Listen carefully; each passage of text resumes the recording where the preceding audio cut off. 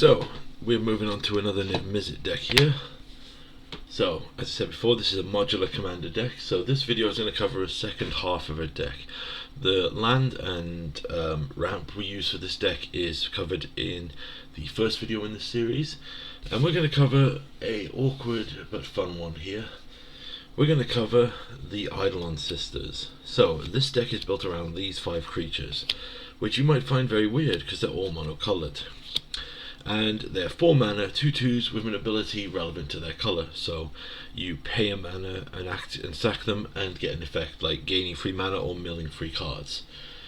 They are honestly terrible abilities. We're not going to be using them because we only care about this key ability in the second paragraph that all of them have, which is whenever you play a multicolored spell, you may return it from the graveyard to your hand.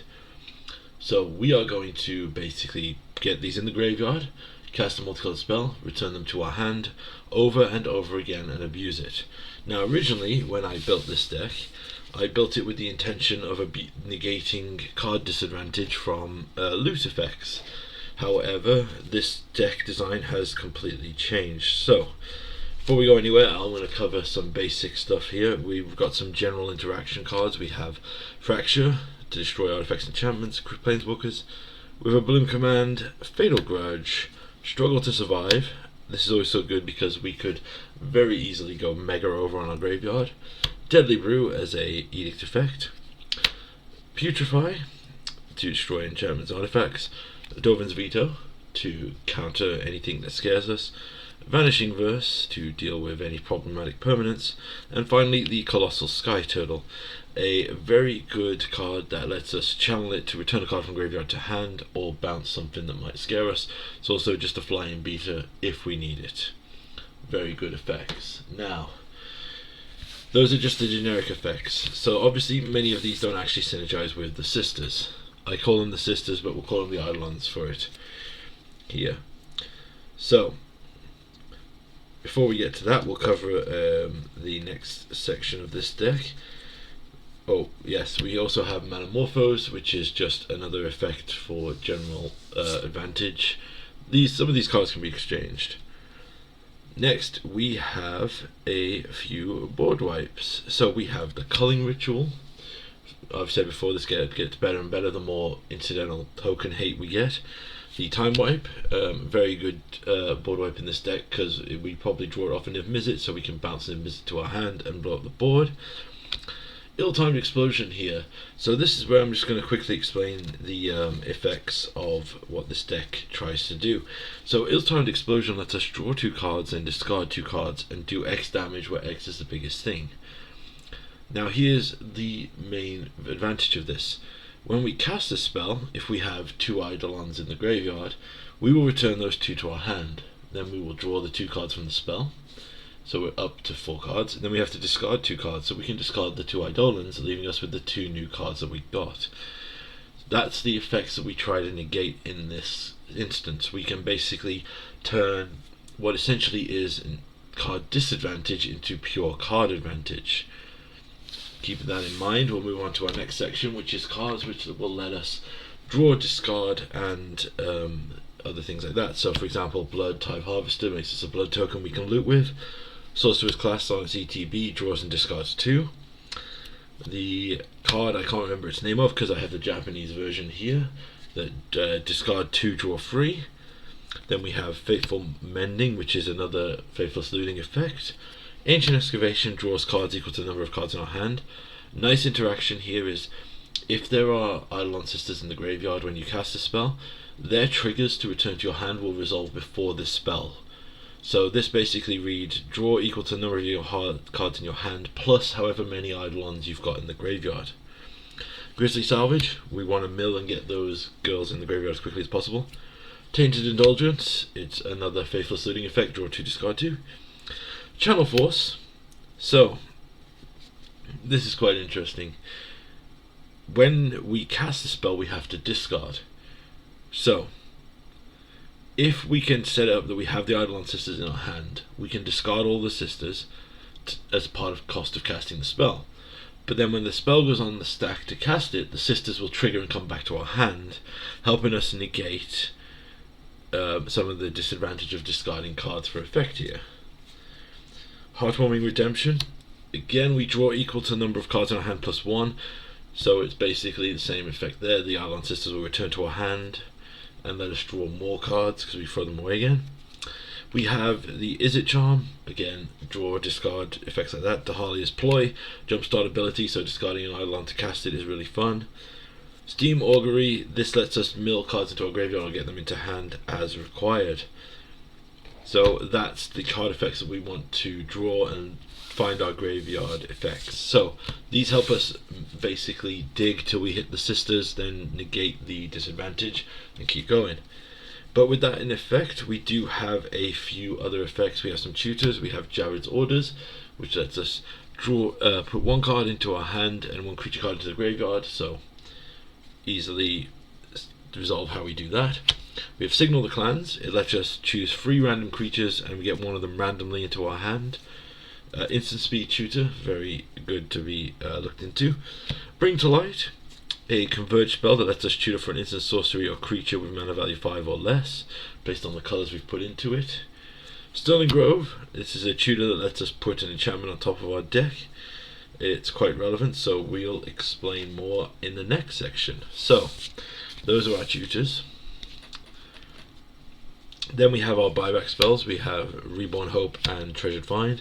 Again, these are cheap pickups that I recommend for any Niv-Mizzet deck, even if you're not having a theme. Just good to buy back your worst card, or a good card, not worst card, sorry. Buy back a good card from your graveyard. They're never bad hits in a Niv 10. Now, let's talk about the payoff of this deck. So, we'll just cover the last bits here. We have 2 more ways for us to dig. We have 2 ascendancies. We have the Assaultai Ascendancy, which says a lot of words, but basically says we can surveil 2 on our upkeep. And the Jeskai Ascendancy, which lets us untap creatures, but also lets us draw and discard when we cast non-creature spells. So, Jeskai Ascendancy is a key piece of how this deck can go insane, and we'll cover that now. So, let's talk about the sisters. So the 5 sisters, we'll just take one of them here for the sake of space. The Eidolon Sister.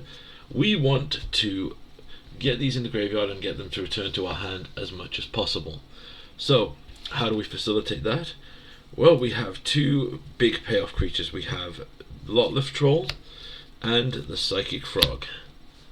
Now they basically have the same ability here of discard a card, put a 1/1 counter on it. Now Lotleth Troll is a bit worse because it needs to be a creature, but obviously we'll just be discarding the sisters over and over again. So we can discard these creatures, cast a multicolored spell, they return to hand, we can discard them again. Basically making these creatures huge, big beat sticks, which is pretty good. The other way we need to build around here is, so if we take this over here, the Eidolon Sisters will be constantly coming out of our graveyard, and well, there's one more thing we should put out. This is a unique one here. We have Feast of Sanity, which cares about discarding again. So if we can set up this loop here, these will ping every time we discard the sisters to the Psychic Frog. Good payoff there. But the key payoff here is, you'll notice these cards, the sisters, will be constantly going in and out of the graveyard. So the big payoffs is basically the Insidious Roots. Now, for those who don't know about this card, it basically says that creature tokens are mana dorks, and whenever one or more creature cards leave your graveyard, create a 1/1 plant creature token, then put a 1/1 counter on each creature you control. In addition to that effect, we also have Chalk Outline, which will do a similar thing, but instead create us a detective and a investigation clue. We have Soul Evisceration, which will drain each opponent whenever a creature leaves the graveyard. Then we have Quintorius, Field Historian.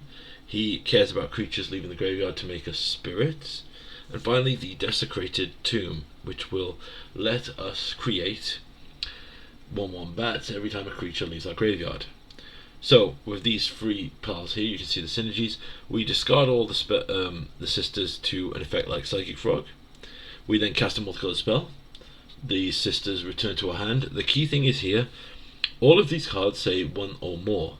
The issue is, Each one of these sisters is a unique trigger. So if you have 3 of them in the graveyard, these cards will trigger 3 times when you return them to your hand, because they don't return simultaneously. It is a triggered ability.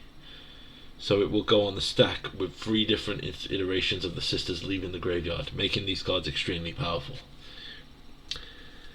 So that's our main payoff here. Obviously we want to do crazy things. You've seen synergies before. We want to basically generate value by over and over again throwing the sisters into the graveyard and bringing them back by casting multicolored spells. With that in mind, there's a few other things we can do with this deck.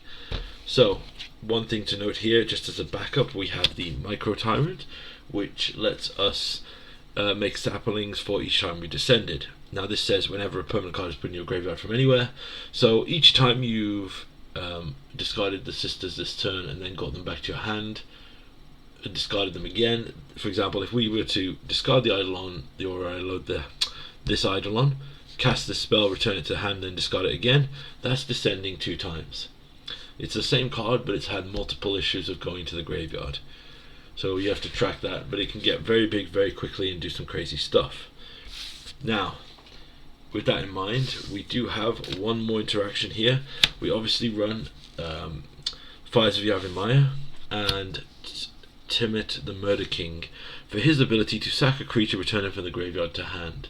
So if we have a way to ultimately make 2 tokens every time a creature leaves the graveyard, we can use Tiamat's second ability here with haste to turn them into mana dorks and loop it around like that over and over and over again. Not very efficient and not very often pulled off. I don't think I've ever pulled the combo off, but it is a line that's in the deck that's interesting to show. So that is the deck built around these Eidolon sisters. They are unique creatures and it's a fun little build around. My one bit of advice would be, if you want to build this deck, I would suggest piloting Niv-Mizzet Supreme as the better option, because these basically read as jumpstart spells for free because you get to return these to your hand on the resolution. But if you are interested in this deck, there'll be a deck list below, and yeah, this is the Eidolon Sisters deck.